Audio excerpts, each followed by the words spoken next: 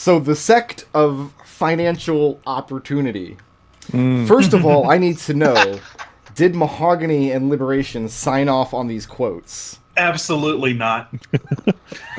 Because I don't have good recollection for stuff like this, so I don't know if these are like literal quotes that he mined out of an archive somewhere, like one of the videos, or is Kelian making shit up?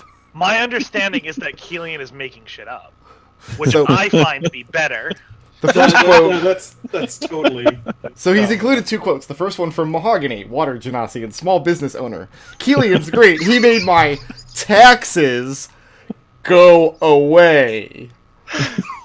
The other quote is from Liberation, a Godsman Tiefling monk.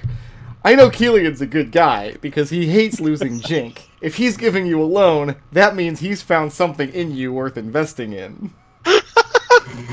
Like, so, wow. In universe, are these quotes accurate? Was this said about Kelian's new planner sect endeavor? No, in universe, I think these quotes were made up by Kelian. Yes. Okay, so neither of you actually said these things. No. Correct. Well, let me ask you this then: do you want actual quotes in there? No, absolutely not. I think this is way better. Okay. So, does this mean that, because, I mean, you spent a banana to establish this sect. Now, there's some interesting tidbits going on with this sect. Before we even get into the boilerplate stuff about their beliefs and whatnot. First of all, the sect has found a home in Ribcage, the gate town on the Outlands that connects to Beator. Kelian has fairly powerful enemies in Beator. Did that factor into his decision to... Sorry, my internet restarted, so your question cut out. The question, because Kelian has fairly powerful enemies on Beator. Did that factor in his decision to establish this sect there? Well, all right. Honestly, what affected his decision is the last person they're going to rescue is Terran, who is somewhere on Beator. So it was partly to establish something in Beator to try and get a foothold. Okay. What does Kelian have in terms of actual cash flow at this moment? Actual cash flow? I can tell you he has 2,495 gold and 47 platinum. Okay. So, in practical terms... That is just exclusively his. In practical terms, that is effectively zero money. Right. For the type of enterprise we're talking about. So here's what I want you to do. I want you to make an influence roll. Locksmith influence. All right. Before you make this roll, I got Kelian with 18 influence with Locksmith right now. Before you make this roll, what level of risk, personal risk, is Kelian willing? I mean, you know how this question goes. I do. And has it ever been less than 10? Has it? I don't think so. Okay. No.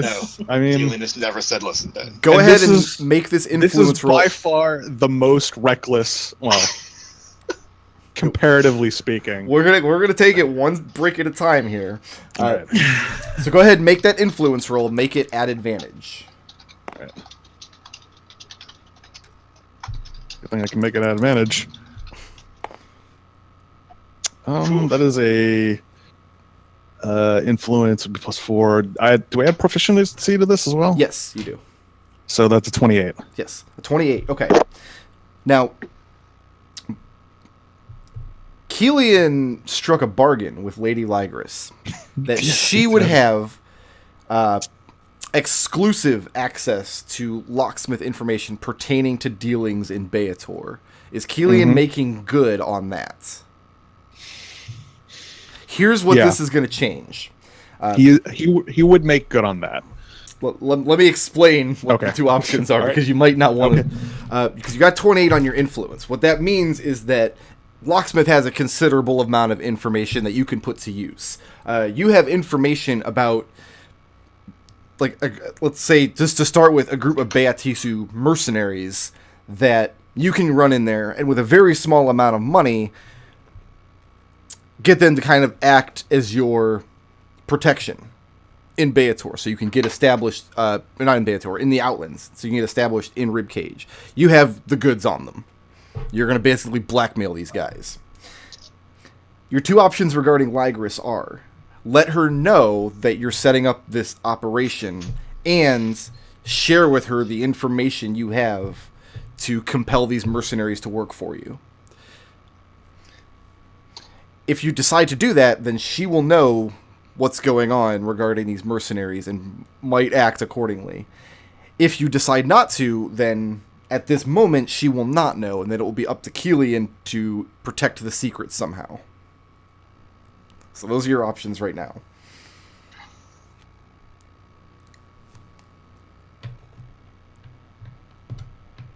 He just gave her 5,000 silver.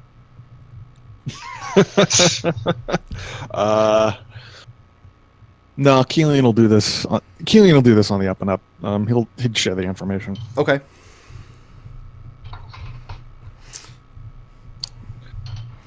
So whatever coin you have, go ahead and cut that in half. This is your startup expenses. This gets you some kind of premises in Beator, I keep saying Beator, in Ribcage. This ensures safe passage through a portal from Sigil. I'll let you decide where that portal is and what the key happens to be.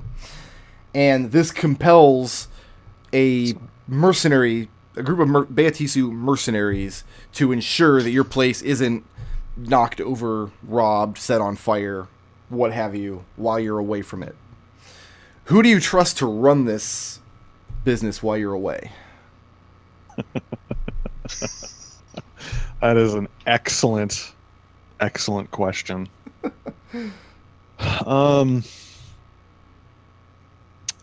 Kelian doesn't have many friends whom he doesn't venture with. Tell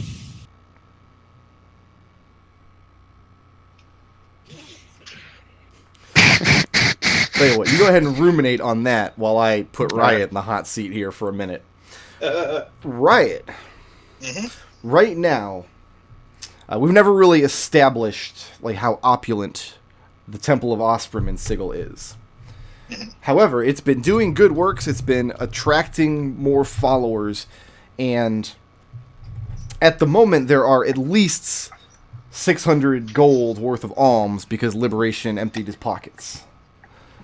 Oh, right, yeah. He split his alms between your church and the kitchen. So that's cash on hand in the premises at this moment. What other forms of wealth would be in this temple? I know we've got that pretty valuable statue that we made out of, where did we get that coral from?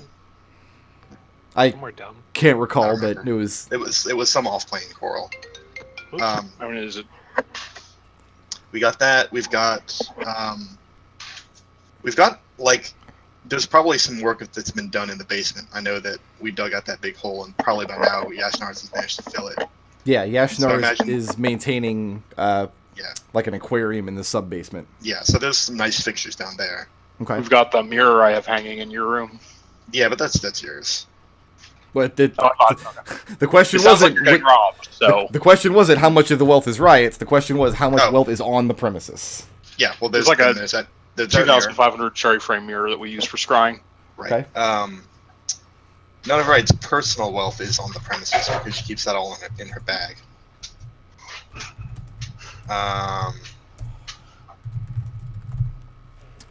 So here's what I'm going to want you to do. We paid for nice pews. We paid for stuff like that. Oh, I need my DMG. Pardon me for 1 second while I grab my DMG. Sure.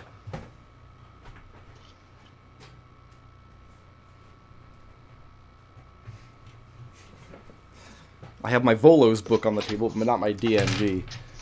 Speaking of which, I had the opportunity to play a Tabashi last night. And so a Tabashi rogue can move 90 feet and around at level 3. It's just fine.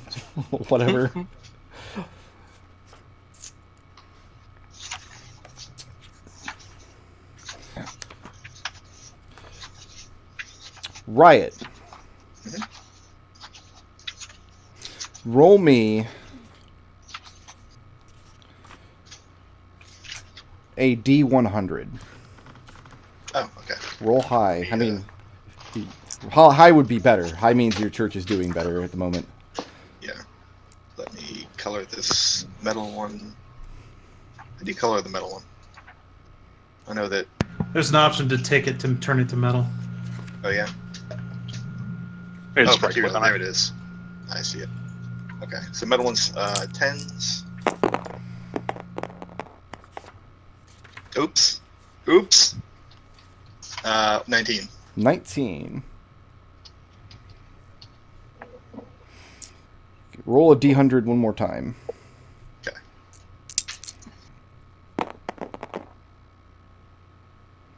25. 25. And now roll a D6.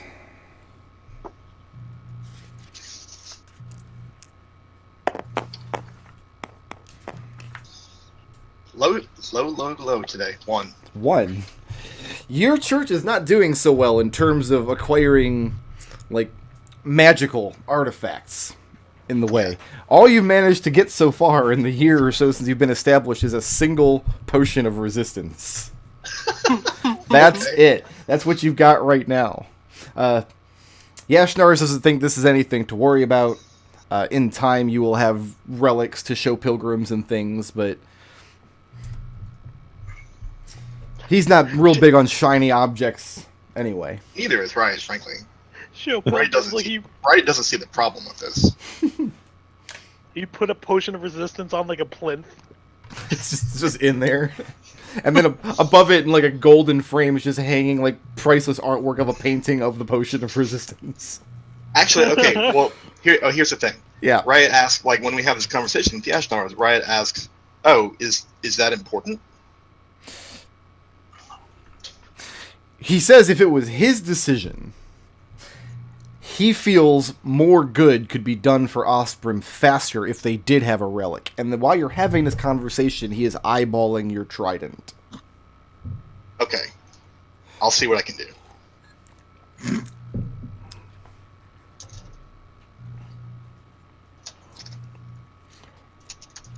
Okay. More neutral could be done for Osprey faster. I sent you a banana, by the way, an Osprey-related banana brick. I don't know if you got it or not. You sent it to... I haven't checked my email yet in a couple days. I sent it just pretty shortly before the session, so... Oh, I just got it. Yeah, let me pull it up. Now that I can check my email on my phone like a real person.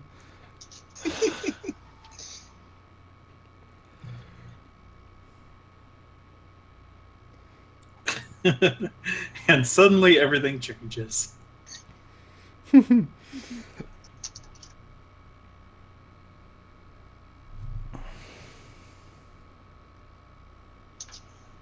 This is an interesting banana. This is very interesting indeed. Yeah.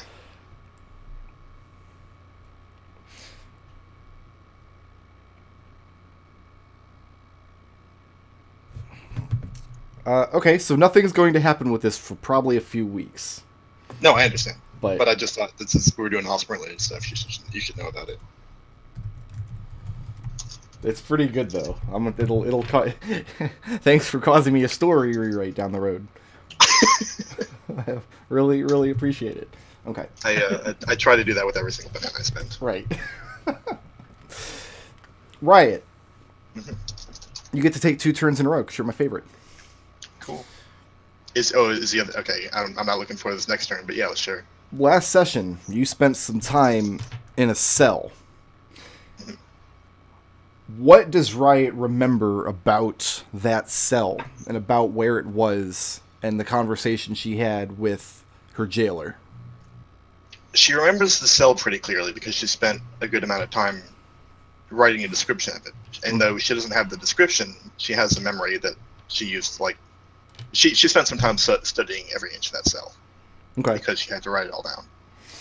So what do you actually remember in terms of clues on how to find that cell again?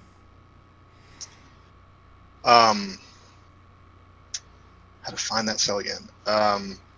I know that when I left the cell, I was in the Abyss. Or no, I was in Baitor. Mm-hmm. So my inclination would be to assume that it's there. As for clues about the cell, I don't think there were a lot. I know that it was very close to another cell because I could hear Mahogany clear as day through when he started talking. Right. I know that there were mages around who were binding me and evidently spending a good amount of their life energy to do it. Apart from that, I don't remember a lot. Okay. So 2 things you might want to keep in mind then is, 1, the cell, while inside of it, you were aware of a constant motion underneath you and a rumbling sound as well. And the person you talked to repeatedly spoke of your location as being a vessel. And this would, of course, be information that you would have in your magic book. It's a little bit of a pain in the ass having to open it 30 times to get the description you want. Mm-hmm. Okay. All right, so let me go ahead and... It's going to be the afternoon of the 30th. Let's go down the list and get some afternoon actions. What is Kelian going to do this afternoon?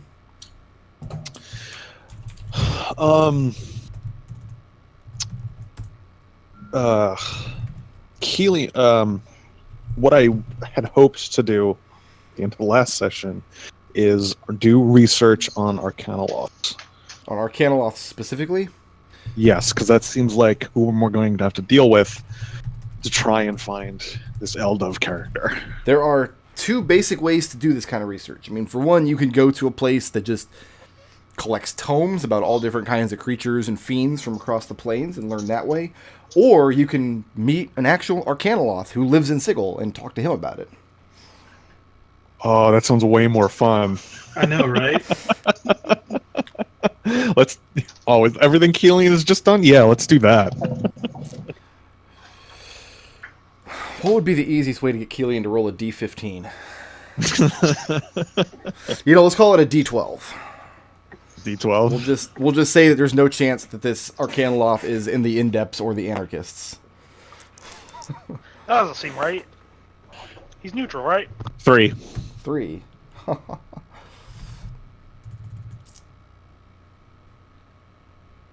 Bear with me just a second.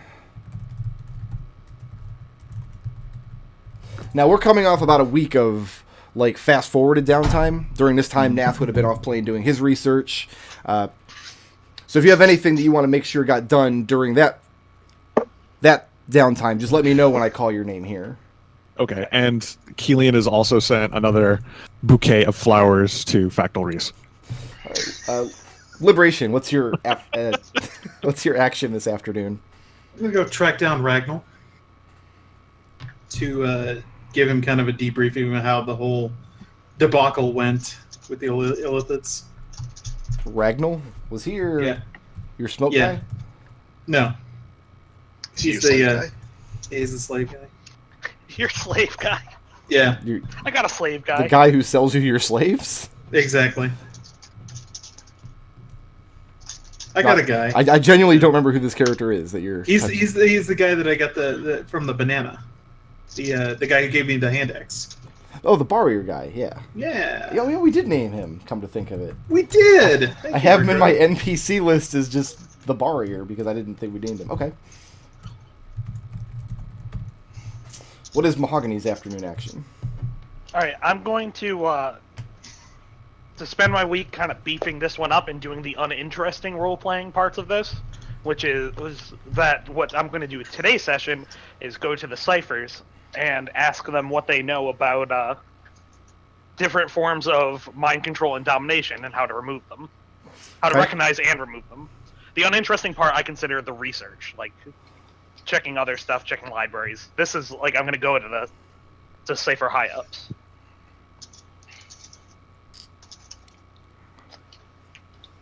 So my question is, is Mahogany looking to get accurate information, Yes. or is he looking to get information that he feels good about, that kind of already confirms his personal biases?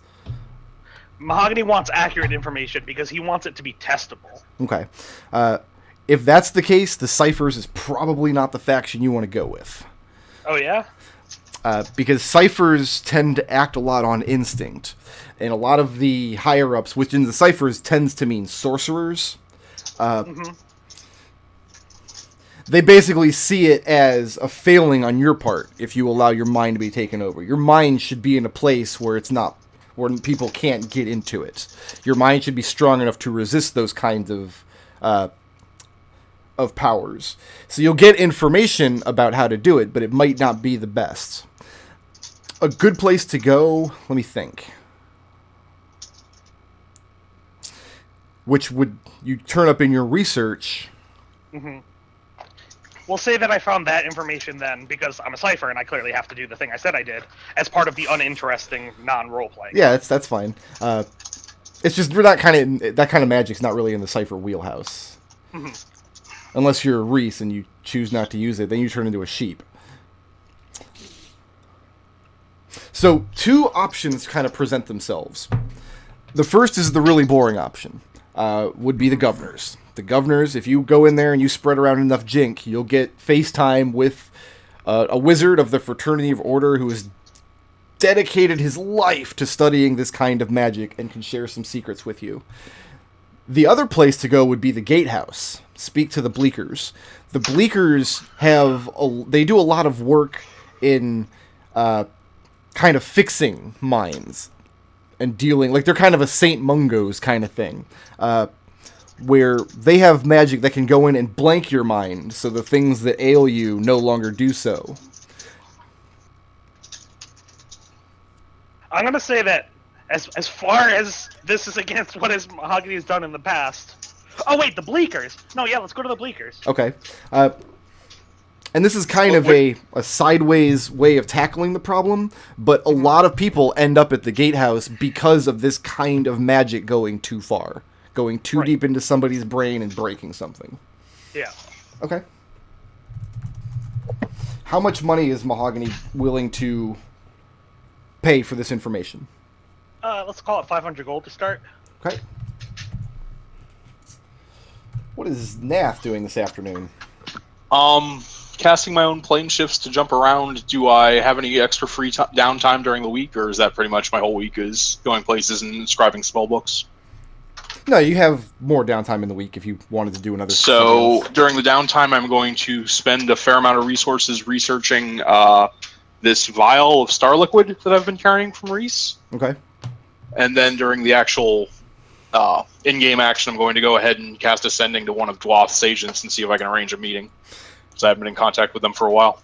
During the downtime, you're not going to be able to accomplish anything with this Starlight Vial. Okay. Everything that happens with the Starlight Vial is going to have to happen on screen.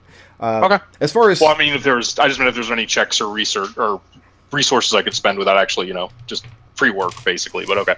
I mean, you can sink resources into it, but you keep hitting the blinds. You just... Okay. As far as putting out Ascending to Dwath, Nath has influence with Dwath's group, yes? I think you all do in some, except for Riot. Yeah, 16. Go ahead and make an influence check.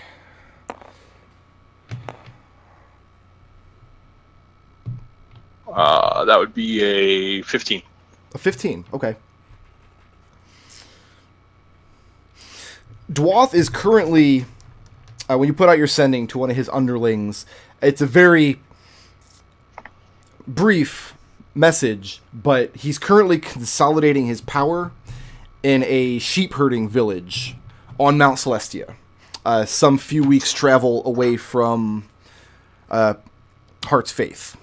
Mm-hmm.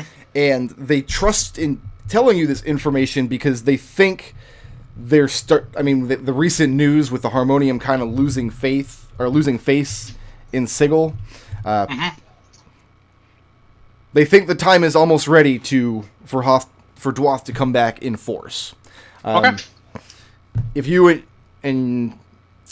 want, they give you directions how to get to this little village. It's just an old holdfast that they've repurposed and took control over.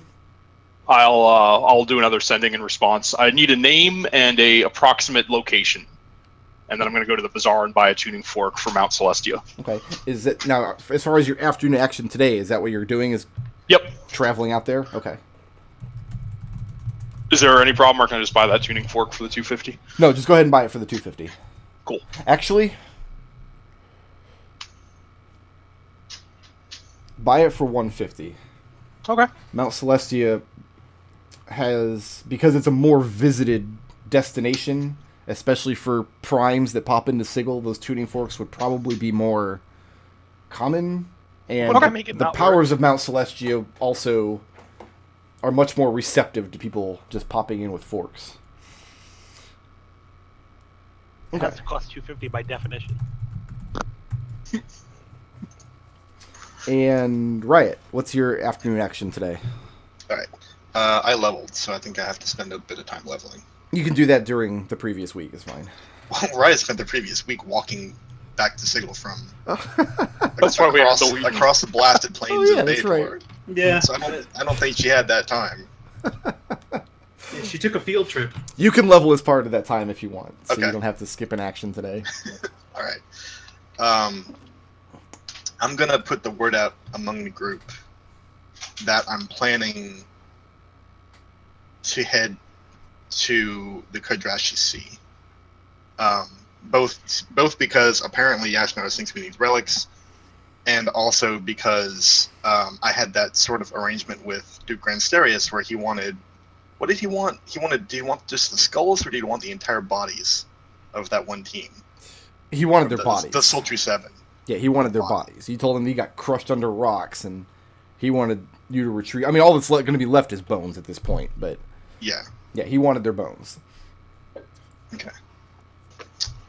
So, are you spending your afternoon action starting that expedition? Yeah, Putting I want together? to see who's up for that. And also, I think I'll just spend part of it just casting Ascending, because that's a very simple action.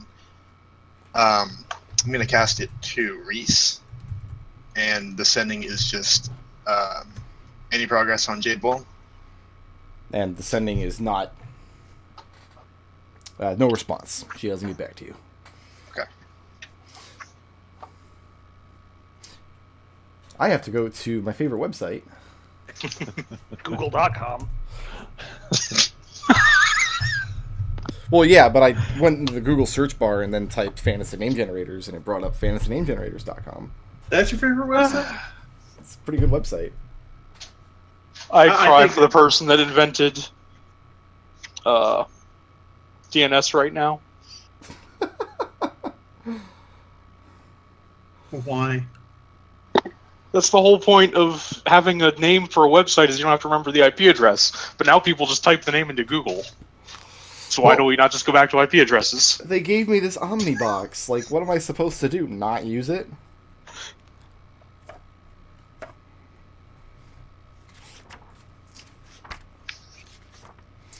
Oh, I do the same thing. That's why I'm sad. I just type in Omnibox is great. Abuafia and it doesn't work. Kelian.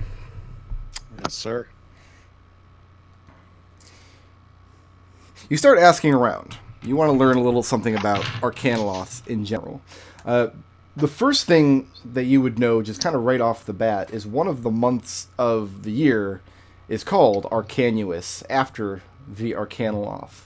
It's known as a time of the year where magic is heightened and celebrated traditionally in Sigil. And the 18th of Arcanuous is called the tax holiday. The tax holiday is not a holiday from taxes, it's a day where the fated double down on collecting all of the year's back taxes. Sorry. The Fated are basically the worst. It's a holy day.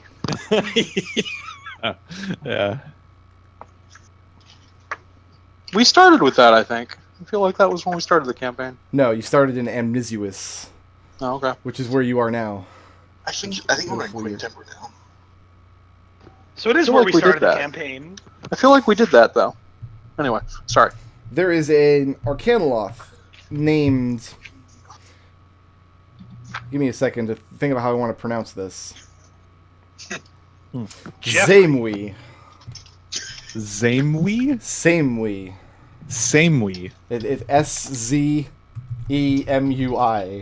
Zamewee. I like it. Okay.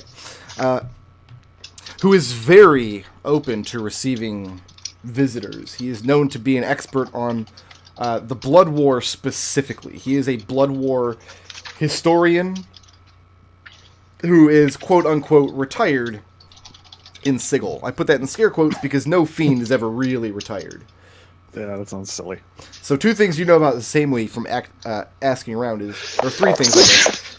First is he maintains a pretty decent manse in the ladies' ward. He's pretty well-to-do. Second, he is a high-up in the Doomguard, which means he has round-the-clock security on his place. Doomguard standing at the ready with their swords every 8 feet along his wall.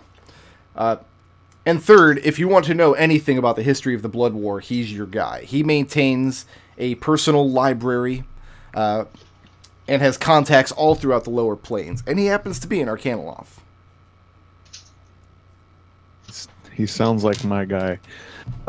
Just so we're clear, part of the reason why I am doing to firmly establish what Kelian knows as opposed to what I know, because I happen to know a lot about Arcanoloths because I wanted to use one in the game I'm running. So that's why I'm going through with this whole charade. But In general, this is why we're doing this. In general, after speaking with Samewee, you can just assume that Kelian would know just about anything in like the Arcanoloth lore stat block out of your monster manual. That being said, there's a lot more to them in Planescape. Also, the Yugoloth section of my monster manual is falling apart. I'm going to have to reglue that. He's very interested to speak to you when you show up. And yes. You are asked by the Doomguard at the gates to relinquish your weapons to them for the duration of your stay at the manse. Sure. And you're carrying... it would be a short sword and his crossbow. Okay.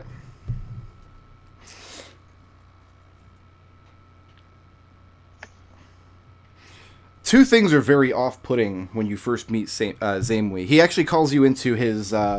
you walk through... It's not a very opulent foyer. You can tell that he's very wealthy, but he's not lavish with it. He's not a braggart about it. Every piece of decoration he has on display kind of tells a story. He doesn't put anything on the wall just to show people how wealthy and powerful he is. Everything he's got has a reason to be there. And a lot of what he has on display in his foyer when you come in are weapons, particularly polearms. He comes out to meet you in the foyer, and then you and one of the Doomguard security officers are taken into his private library, and it's just books on books on books in here. It's like a governor's worst nightmare.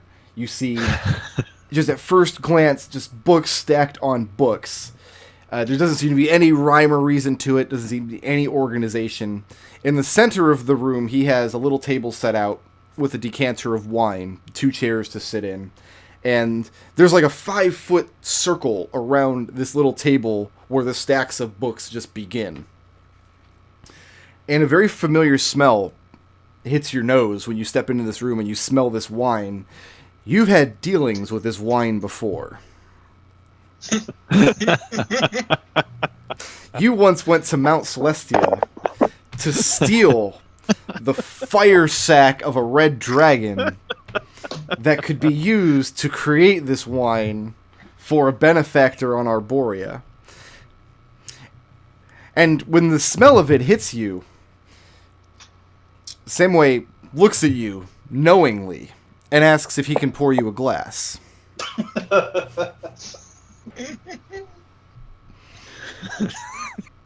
I would love a glass. Thank you. And he takes the decanter and fills the goblet full of this now familiar red wine.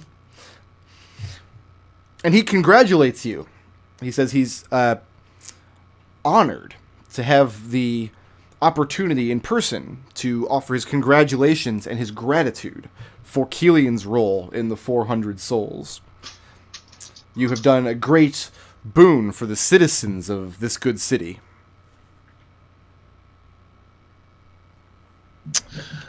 Kelian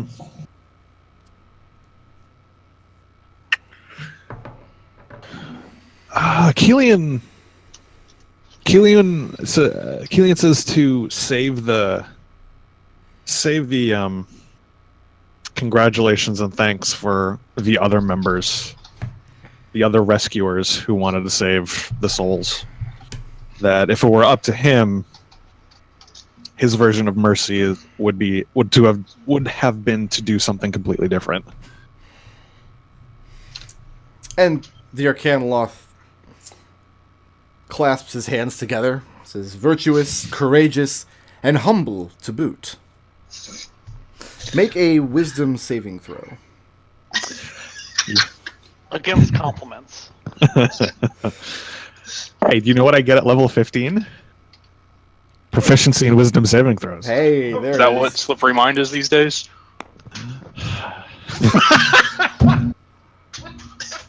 Man, thank God Kelian is Kelian. Is this your one here? Yeah, that's it. How lucky do you feel, Kelian? Oh boy. Yeah, this is I didn't think it was going to happen, but it happened. yeah. Almost And immediately. it When Hold on, you I'm rolling lucky. Okay. That is a 22. 22. That's a little bit better than 1.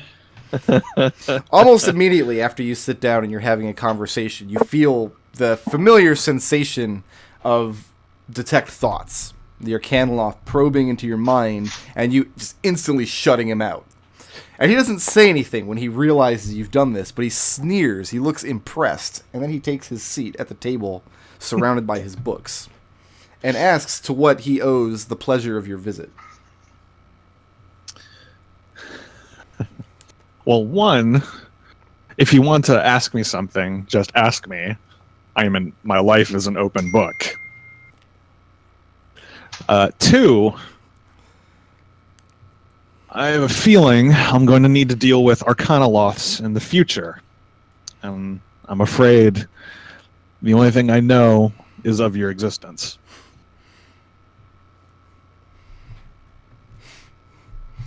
So over the course of the conversation, I'm assuming you've got a monster manual, like stat block, nearby. Yeah, Okay. I do. It's across the room, but I got one. So kind of in general, they are the diplomats of the Yugoloth race. They're keepers of knowledge, traders of information, particularly good magicians. A lot of Arcanoloths are wizards. In fact, the default stat block gives them up to 8th level spells. To hear Semwi tell it, Arcanoloths are, in a sense, the true rulers of Yugoloth society. He tells you that, sure, the Ultraloths may wield greater military and social power. They may have more physical prowess, and their minds may reach further into psionic disciplines. But the Arcanoloths are the record keepers. They're the ones who really control the ebb and flow of the Blood War, and that is where, he says, the Arcanoloth's true power resides. I respect that. I also value information. What are you offering, Semwi, for this conversation?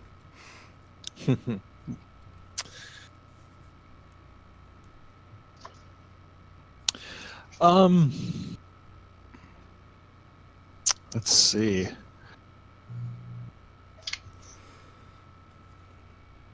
As an Arcanoloth, as someone who truly controls the ebb and flow of the Blood War,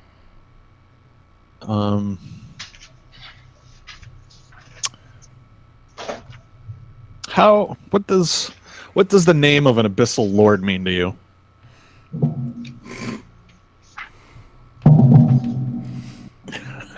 Yeah, you thought I forgot about that, huh? No, it's right here on my character sheet. Oh, it's right here in my story notes for this week. How about that? Oh.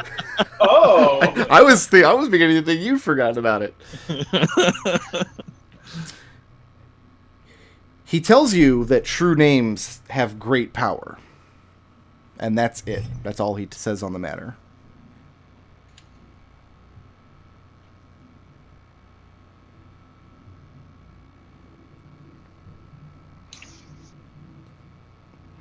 So then surely the name of a abyssal lord would be giving you great power then.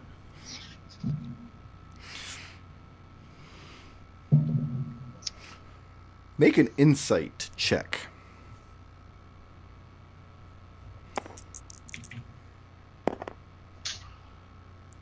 That one wanted to come out. It really did. It wanted to come out. It really did. But I've got I have double proficiency in insight, so that is a 28.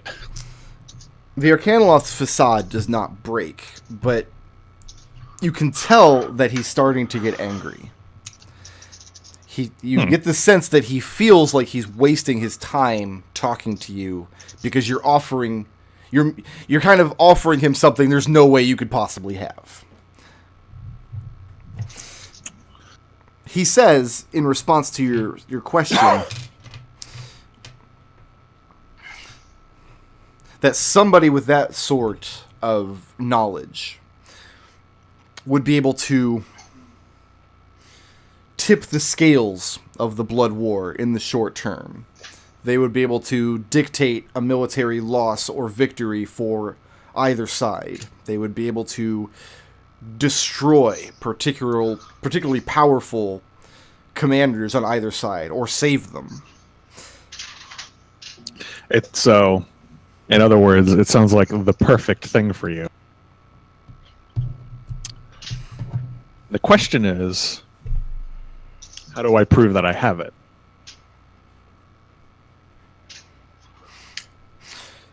Mahogany. I'm sorry, Liberation. Yeah. Liberation, sorry, you run down Ragnall in just a dirty old bubbery in the lower ward. He seems very, very annoyed to be meeting with you. But he asks you a flurry of questions about like an update status. What have you been up to since you spoke last? Like, he wants to know what good you've been doing. I told him of the Illithids that before we left, and so he probably know that the fact that I don't have a hole in my skull is a good start, at least. He's glad you don't have a hole in your skull. He doesn't say it in so many words, but you can tell. But it goes downhill. I mean, they had probably 40 prisoners that they had 40 prisoners in their hold, and by the gods, I tried it, but they did something, it caused all the air to evacuate their ship, and we were only able to rescue one of them out of the 40.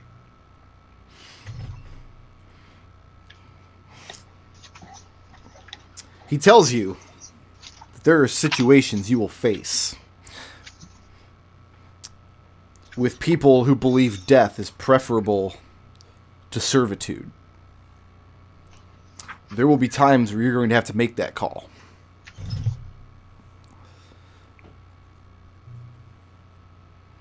These 39 prisoners may be dead, but they are prisoners and slaves no longer. That's one way of looking at it. He tells you it's the only way of looking at it. And also in their hold, I was able to find this, and Liberation Flash is one of the hasps of the manacles. He doesn't completely bring it out in the whole in this pub, but he does flash it, and Says, "Do you know anything about this kind of stuff? Seen it before?" He has. He's seen its like. He kind of describes what they're used for. In terms of the Blood War, one of the things that Fiendish commanders will do is attempt to take prisoners from the upper planes, especially powerful Celestials. And you cannot bind such creatures with mundane... You can't do it with chains and nets. You can't even bind Mahogany with chains and nets, and he's not a Celestial. What you need is powerful magic, and that's what these manacles represent. The idea is that it clouds the blood of such creatures in order to drain them of their willpower and make them subservient. There have been many thousands of people whose lives were extinguished because of a Celestial bound in such a way to a Fiendish commander.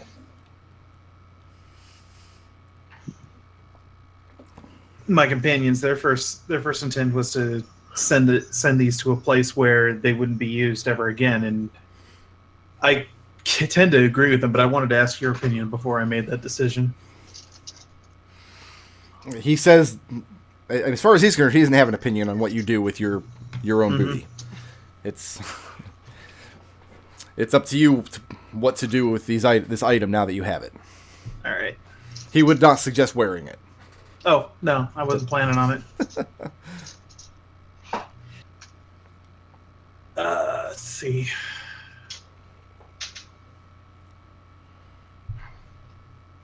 Anything What do you know else about for Ragnall? Yugoloths? What does he know about Yugoloths? Yeah. He knows that a man in his line of work seeking to break the chains of bondage, who has had his fill of the City of Brass, could do far worse than take the fight to the Yugoloths.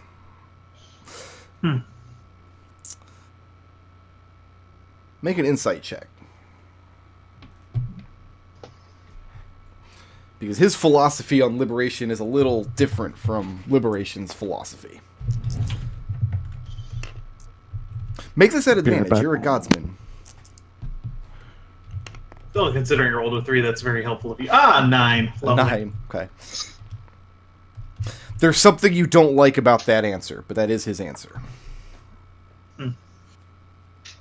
No, I understand. I understand what you're trying to say, and probably right. But I'm not just. It's not just my efforts that I'm working for. I'm working toward a team's efforts, and I got to do what I can. And I thought you might have some information for me, but if you don't, that's fine too. So, are you just looking for like general information on how to deal with Yugoloths? Yeah, mostly. Okay. The most risk-free way of freeing prisoners in bondage, freeing Yugoloth slaves, would be to buy them away. Yugoloths don't always deal in money. They deal in... I mean, to a Yugoloth, a choice piece of information might be worth 100 slaves. Liberation starts laughing.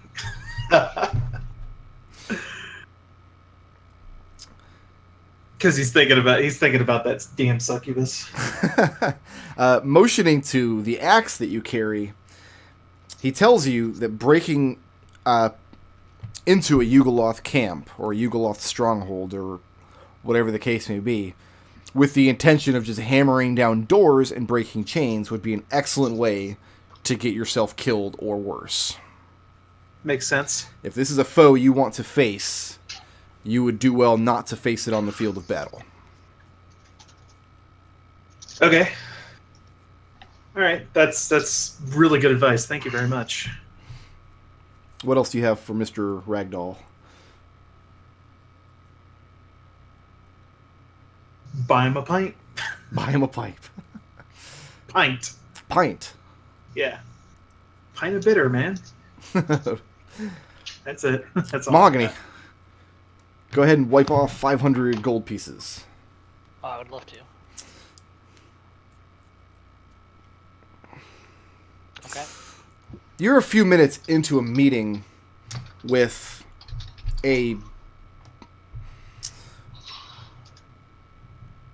some manner of bleaker cleric who deals with healing people that have these mental maladies. And you're speaking with her for only a few minutes before you're interrupted.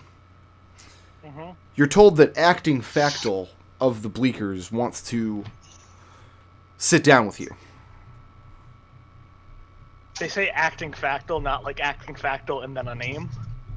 They just say the acting Factal. Oh, okay. Yeah. Is sure. this? I mean, I don't know how politically minded Mahogany is. Would he be up on this information? We heard that previously. That one of the Factals was currently in the madhouse. Oh, right. Yeah, we did. We went over this. Factal Lar is the man in charge of the gatehouse. Is going through a bout of insanity, which, yeah, historically speaking, usually ends up being temporary. And Yep. right now, a Tiefling named Sroos is acting Factal. All right, let's go.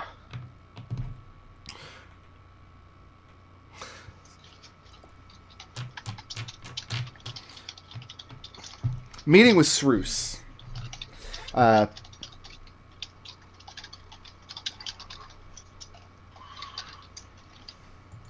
She has a great deal of... She seems very disturbed by something. Well, she's a bleaker.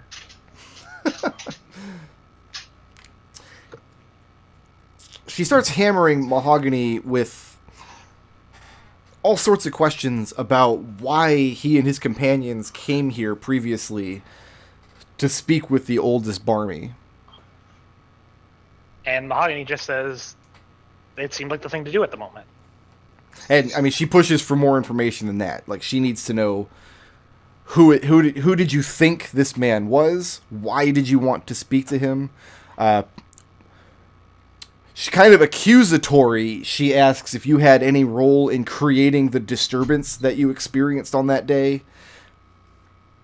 And I mean, and Mahogany gives her like details, like kind of like disconnected details about why he was there and all that, just like not really associated with one another. So you're being Mahogany. purposely evasive? No, he's just being Mahogany. Like, why were you there? Well, Is there it was that Mahogany's time. intention to be evasive? No. Okay. In that case, Sroos dismisses you, sends you back to the cleric you were speaking with. And Mahogany says, "Wait, you're the acting Factal at the moment. Maybe you could help me after I just answer your questions for you." And she says that you didn't, but thank you for your time. Well, So what are Mahogany's questions regarding like mind control spells for this cleric? for purposes of out of character, essentially, like I want in the future to be able to attempt to recognize what type of mind control is going on, and then know the steps to remove that type of mind control. Do you describe to this cleric the experience you had with being summoned? Oh, absolutely. Because that's one of the types of mind control that I want to be able to recognize and get stuff. She doesn't believe you when you tell her this happened to you. What do you do to try to persuade her that you didn't make this up, that this actually did happen? Oh, I don't attempt to do that at all. I just say, okay, then hypothetically, if this were to happen. Okay.